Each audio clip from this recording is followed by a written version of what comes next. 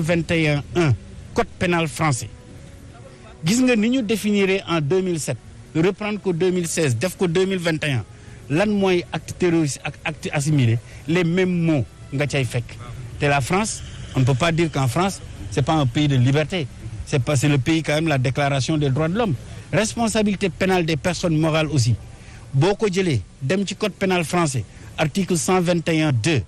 du code pénal français ci même terme yi ñu utiliser ñun moom moo ca nekk foofu pour asseoir le dispositif de la responsabilité pénale des personnes morales en dehors de l'État kon wax fa dëgg yàlla le Sénégal n'a pas voté aujourd'hui une loi liberticide l'Assemblée nationale n'a pas voté une loi liberticide l'Assemblée nationale n'a fait que tirer les conséquences de son engagement international qui a à travers la ratification de la Convention internationale de New York sur le financement du terrorisme mais met en place un nouveau dispositif cohérent. Merci beaucoup. Voilà, Khady Colonel mu nekkoon l'honorable député Seydou Diouf de la majorité ci gàttal rek ñu jàpp ni rek honorable député a dit que le Sénégal aujourd'hui votéwul une loi liberticide mais le Sénégal n'a fait que respecter ses engagements internationaux voilà vis-à-vis dans le cadre de la lutte contre le terrorisme. On est toujours là devant le grand portail de l'Assemblée nationale attendant la sortie des députés et pour prendre encore des réactions d'autres réactions Khady Colonel. Voilà, nous sommes avec encore Khady Colonel. Khady Colonel. Younoussa. dinañu dellu si ci yow. Vas-y. Vas-y Younoussa. Nous sommes avec l'honorable député. Honorable Qu'est-ce que vous voulez? Voilà. Voilà, Allez-y. honorable député. Voilà, au courant de cette journée ñaari loi yëpp finalement voté projet de loi yi adopté nañu leen sa réaction bu njëkk d'abord. C'est dire que la session s'est très bien passée par rapport à tout ce qui a été dit hier. ci wolof Par rapport bon li ñuy wax mooy loi yi tegu na ci aw yoon voté nañ ko session bi neex na lool ku seetoon ci li ñu doon wax surtout nag yéen seen mbokk yi yéen waa presse li ngeen wax lépp ak li nga xam ne moom la responsable politique de l'opposition yi wax jéem a tiital peuple bi alerter lu nekk ñu diaboliser ko par rapport ak li xewoon fii ku ne xam na ne am na différence bu mag a mag a mag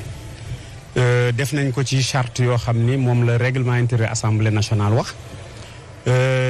projet de loi bu njëkk bi nga xam ne mooy code pénal bi am na à peu près 70 ñoo xam ne intervenir nañ am na motion préjudicielle am na motion lépp loo xam ne daal def opposition mën na ko def pour bloquer def na ko mais on les a pas suivis.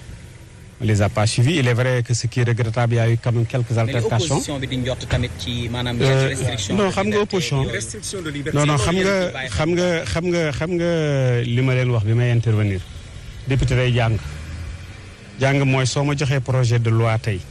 ma xool ci matière ba mu nekk damay seet 10 ans yi jàll ma def recherche est-ce que amul modification bu ci amoon est-ce que nan la tëdd ci loi bi ci suñu constitution est-ce que nan la tëdd ci code yi ak yeneen yi nan la tëdd ci règlement defuñu ko parce que li ñuy wax lépp depuis 2016 lañ ko voté woon man bi ñu koy voté 2016 maa ngi fi parce que j'étais député de la 12e législature donc ñoom seetuñu dañu jékki-jékki rek alerte émeuté alors que li ci yokk amul solo li ci yokk mooy ñu yokk tuuti champ d'action bi jël en charge l'aspect maritime ensuite financement du terrorisme mais képp koo xam ne actuellement situation bi nekk Mali yëngalu la mais doo nit parce que Mali c'est le Sénégal et le Mali fut un même pays donc aujourd'hui avec le départ des Français le Mali est devant une situation mais où on a besoin davantage de surveiller nos frontières nous acheminons également ci exploitation pétrole ak exploitation gaz ku ne xam ne ni fu pétrole am ak gaz mais day am ay problèmes il y a des lobbying internationaux ki nga xam ne bëgg na ci amut mais il fait tout pour que mu am ay manifestations wala mu am ay yàq-yàq yooyu da ko am loolu nag Sénégal balaa yegg ci loolu mu am vide juridique boo xam ne doon na ko vivre mu ñëw ni da koy combler mais kooku visé wul kenn d'autant plus que encore viser ay doomi réew mi non c'est pas ça xam nga comme je l'ai dit ci intervention bi Serigne Abdoulaye bi nga xamee ni Touba dafa xaw yëngu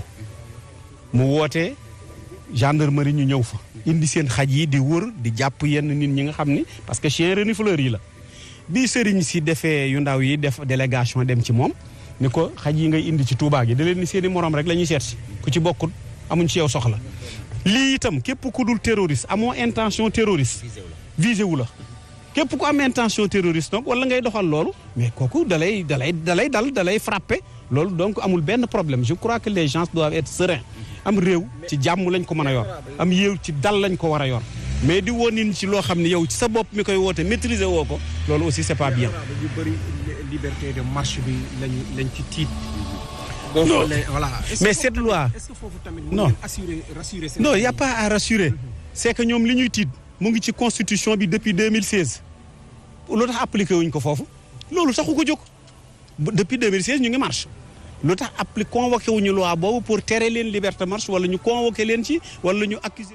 Younoussa dinañu dellu si waat ci yow tout à l'heure je rappelle que mu ngi buntu assemblée le temps que mu recueillir yenn réaction yi ñu jël leen en direct ñu ñëw nag ci bonne nouvelle bi suñu reporter Alassane Baldé finalement